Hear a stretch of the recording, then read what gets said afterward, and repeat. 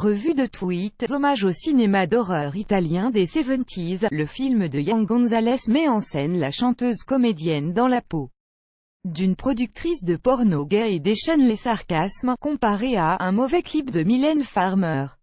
J'ai été conquise par ce personnage riche et intense, et très touchée que Yann Gonzalez à un moment où on ne pensait plus tellement à moi pour le cinéma, confiait vendredi Vanessa Paradis à la conférence de presse cannoise d'un couteau dans le cœur. Mais l'enthousiasme de l'actrice et chanteuse n'a pas forcément été communicatif.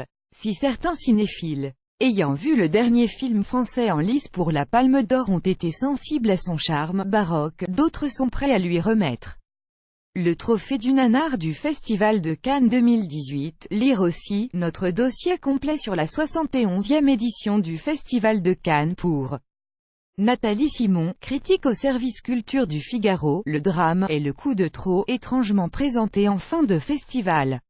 On sort malade, l'œuvre de Yann Gonzalez, cumule les references à la contre-culture pour un résultat affligeant. Pas efficient demeanor. Notre autre critique Olivier Delcroix, Un couteau dans le cœur est une étrange histoire sans queue ni tête dans le milieu porno kitsch des 70s. Mais ce fantasme sur pellicule n'est ni assez drôle, ni assez sérieux. Peste The Guardian, Un couteau dans le cœur a les prémices de la comédie mais ne montre aucun intérêt à en être ou à se transformer dans le thriller parabole érotique qu'il prétend être.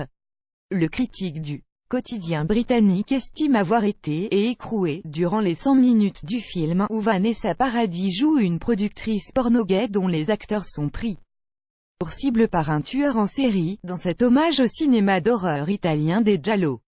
Il s'agissait de films à petit budget réalisés à la chaîne plus mesurée. Le Monde voit 1000 pistes partir en un mot du film. On pourrait lui reprocher le manque de profondeur de ses personnages et l'atomisation de sa ligne narrative. Ce serait toutefois subordonner ce qu'il est à ce que l'on voudrait qu'il soit. Pour The Hollywood Reporter, Un couteau dans le cœur est le rejeton de Dario Argento, Brian De Palma et Kenneth Anger, et de souligner, ce délicieux film gore théâtral explore le côté obscur du désir, de l'abandon et de la répression sexuelle. Vanessa Paradis livre une de ses performances les plus impressionnantes. The Wrap juge aussi que l'actrice et la musique de Yann Gonzalez surnagent de ce film d'horreur bordélique aussi fascinant que difficile à regarder. Cette parodie et hommage à Cruising de Brian De Palma sont à la fois kitsch et coquins et brillent d'une bande originale et d'une lumière unique.